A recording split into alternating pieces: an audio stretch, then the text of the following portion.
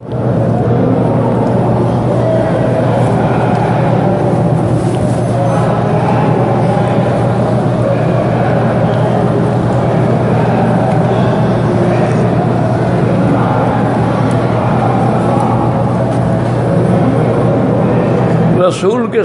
اس کو کہتے ہیں کہ جس کو اللہ نے شریعت دی ہو، کتاب دی ہو، جیسے موسیٰ علیہ السلام کو تورات دی، حضور پاک کو اللہ نے قرآن دیا، وہ رسول ہوتے ہیں۔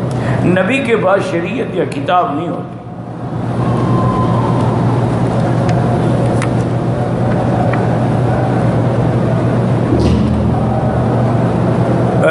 میں 9th کلاس میں پڑھتا ہوں مکے میں، میرا استاد جو ہے وہ رشوت لیتا ہے،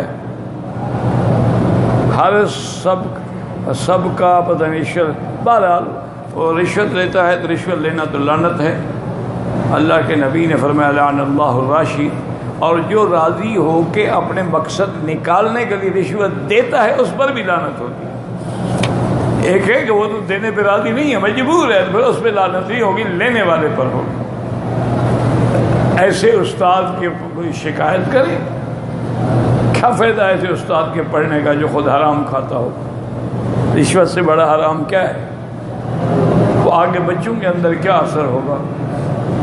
بچوں کی اصلاح تو تب ہوتی ہے جب پڑھانے والے کی پہلے اصلاح ہو چکی ہے۔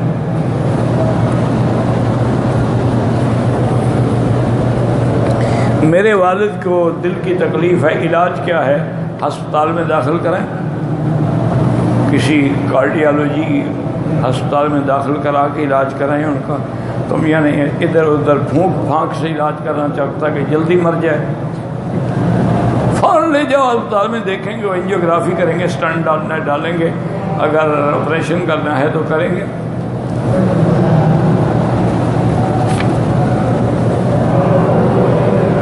دو بھائیوں کی ناراضگی ہے، ان کی بول چال، ایک تو دعا کریں، دوسرا کوشش کریں ان کی اصلاح کے۔ اور جو آدمی سلو کرواتا ہے نا، اللہ کو سلو بڑی پسند ہے، سلو خیر۔ بہرحال کوشش کریں، الگ الگ سب کو سمجھائیں، اور انشاءاللہ نیت خالص ہو تو پھر سلو ہو جاتی ہے۔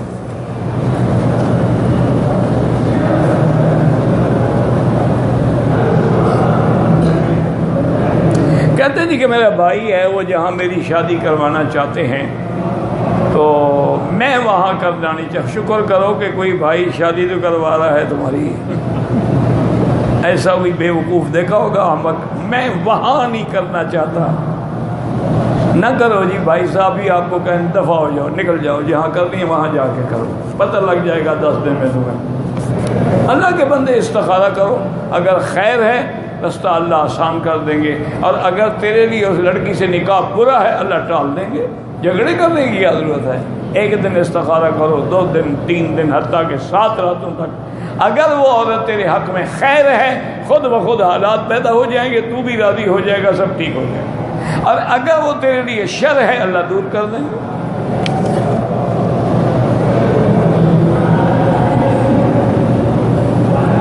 کہتے ہیں جی کہ گائے کی دودھ میں دودھ کے بجائے خون آ رہا ہے، کہتے ہیں کہ نظر ہے، اللہ عالم، نظر بھی ہو سکتی ہے، چونکہ العین حق۔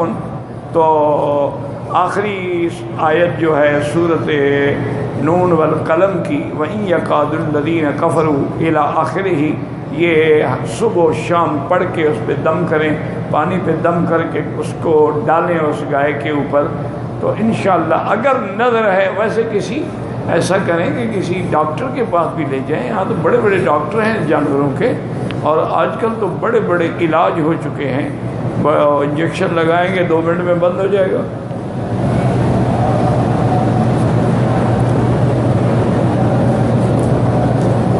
ہماری رقم جو بینک میں ہے اس پر زکوٰۃ ہے، کیوں زکوٰۃ کیوں نہیں ہے جناب؟ یعنی وہ بینک والوں کو تم نے بخش دی ہے، وہ تو الٹا محفوظ ہے، اس پر تو بالکل پکی زکوٰۃ ہے، لیکن خود نکال کے زکوٰۃ دو۔ جو کہتے ہیں ہم نے دے دی ہے، اس کا کوئی اعتبار نہیں ہوتا۔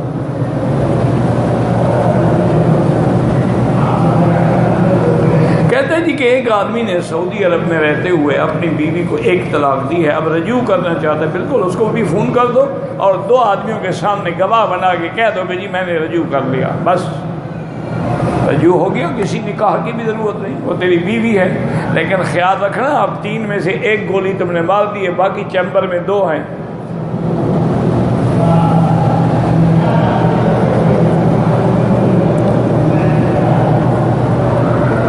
ایک بندہ مکے میں 2 سال سے رہتا ہے، اگلے سال بھی حج کیا، اس سال عید کے مہینے میں اپنے خالو کے نام سے عمرہ کیا، پھر حج افراد کیا، ٹھیک ہے، اپنا عمرہ تو نہیں کیا نا اس نے، تو اس لیے اس کا حج افراد تھا، اور حج افراد میں قربانی نہیں ہوتی۔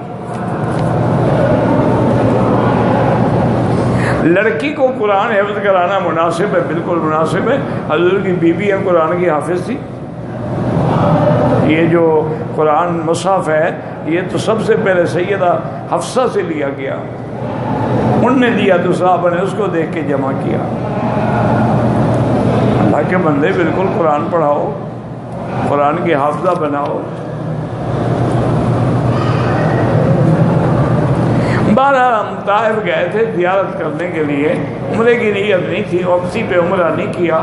حنفی مسلک میں آپ پہ دم ہے یا فوراً طائف جا کے عمرہ کر، لیکن باقی ائمہ کہتے ہیں کہ نیت نہیں تھی تو دم نہیں پڑے گی۔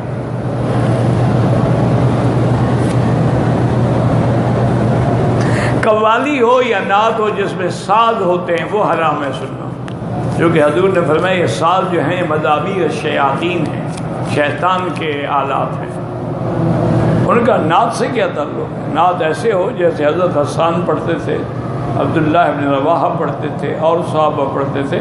آج کل یہ جو ساز پر اور فلمی انداز میں اور اس سے، یہ تو ناجائز ہے۔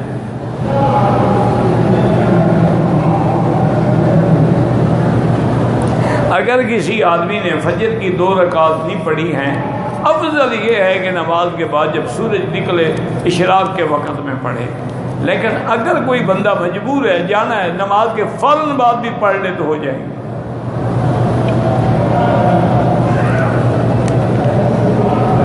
عمرہ کرنے کے بعد جو لوگ سر پہ ادھر ادھر ٹک لگاتے ہیں وہ دم پڑ جاتا ہے، سارے سر پہ اس طرح پھروائیں، یا اگر بال ہیں تو بالوں کا مثلاً اتنے بال ہیں تو چوتھا حصہ سارے سر کا کٹ جائے۔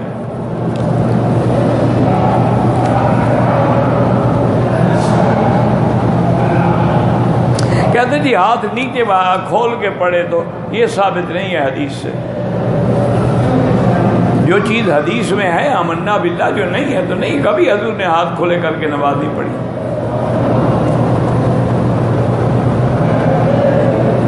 استنجا کرنے کے بعد مجھے ڈر لگتا ہے کہ کوئی پیشاب کا قطرہ نہ آ جائے، اور کبھی کبھی آ بھی جاتا ہے تو بہرحال آ جائے تو وضو ٹوٹ جائے گا، لیکن بلا وجہ وہم کا شکار نہ ہوں، اور اگر یقیناً آتا ہے تو پھر ہر نماز کے لیے نیا وضو کریں۔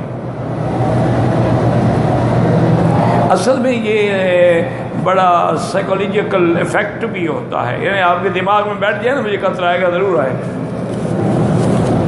یہ نفسیاتی بیماری بھی ہے، آپ خیالات کسی اور طرف کر دیں کبھی نہیں آئے گا۔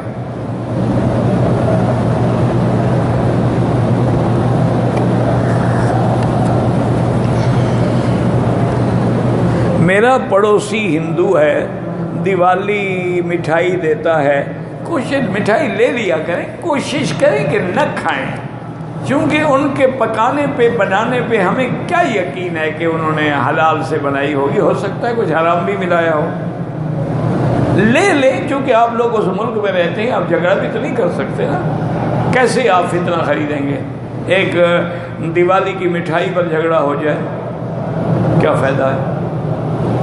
تو لے لیں، لیکن یہ ہے کہ پھر کھایا نہ کریں، کسی جانور شانور کو کھلا دیا کریں، کیونکہ بعض اوقات یہ بڑے لوگ ہیں نا، کافر لوگ ہیں، اس میں کوئی چیز ایسی ملا دیتے ہیں مسلمانوں کو حرام کھلانے کی۔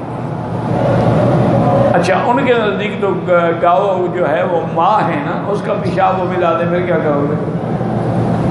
اس لیے بچنے کی کوشش کرو، لیکن جھگڑا نہ کرو، لے لو۔ اصل بات یہ ہے میرے بھائی، کبھی ان کو سمجھایا کرو۔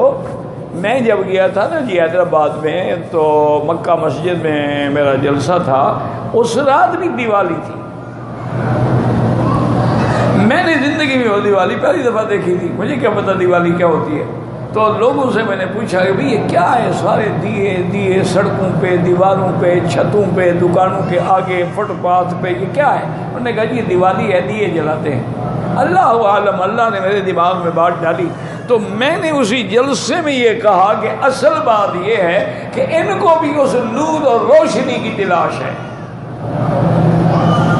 اس لیے انہوں نے اتنے دیے جلائے ہوئے ہیں، ورنہ تو کوئی ایک بڑی لائٹ لگا دے طاقتور، بس ختم ہو گیا۔ لیکن دیے اتنے جلانے کا معنی یہ ہے کہ یہ نور ڈھونڈ رہے ہیں، لیکن ان بیوقوفوں کو پتہ نہیں کہ نور باہر نہیں ہوتا، وہ ایمان اندر ہوتا ہے، نور ایمان، ورنہ تلاش ان کو بھی نور کی ہے۔ اسی طرح کرسمس میں دیکھیں کیوں وہ اتنی لائٹنگ کرتے ہیں، ان کو بھی نور کی تلاش ہے، لیکن وہ بے وقوف ہیں، نور باہر ڈھونڈ رہے ہیں، نور باہر نہیں ہوتا۔ جب آدمی کلمہ پڑھتا ہے تو اللہ تبارک و تعالیٰ اس کو ظلمات سے نکال کے نور ایمان کی طرف، اللہ ولی الذین آمنوا یخرجہم من الظلمات الی النور۔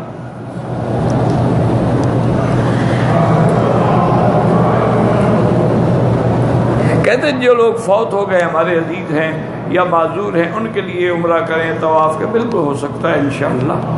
اور سب سے افضل طریقہ یہ ہے کہ اپنے لیے کر کے دعا مع اللہ اس کا ثواب اس کو عطا فرمائے۔ جیسے مزدوری کریں، آپ کہیں جی میری مزدوری فلاں آدمی آئے گا اس کو دے دیں، تو اس میں پھر کسی امام کے نزدیک جھگڑا ہی نہیں ہے، چونکہ بعض امام کہتے ہیں کسی کے لیے طواف نہیں ہو سکتا، تو اس میں تو کسی کا جگہ بھی طواف تو میں نے اپنے لیے کیا ہے نا، اگر اللہ کے ہاں قبول ہے، اس کا کوئی ثواب ہے تو فلاں کو دے، اس کو بھی ملے گا، تمہیں بھی ملے گا۔ واللہ اعلم۔ ربنا تقبل منا انک انت السمیع العلیم وتب علینا انک انت التواب الرحیم۔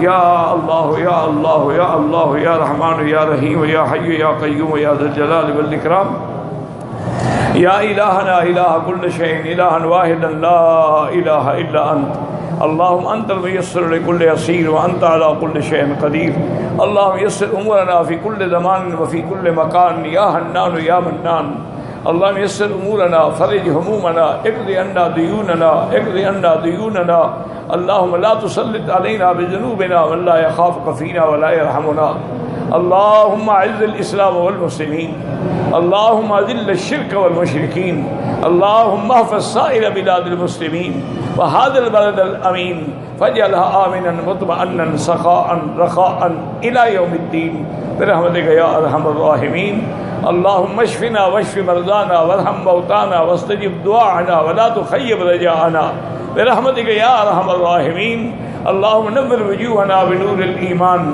نور قلوبنا بنور العرفان، اللہم ارزقنا علوم الاحادیث والقرآن، وصلی اللہ تعالی علی خیر خلقہ سیدنا محمد وعلی آلہ واصحابہ اجمعین، اللہم صلی علی سیدنا محمد وبارک وسلم علیہ۔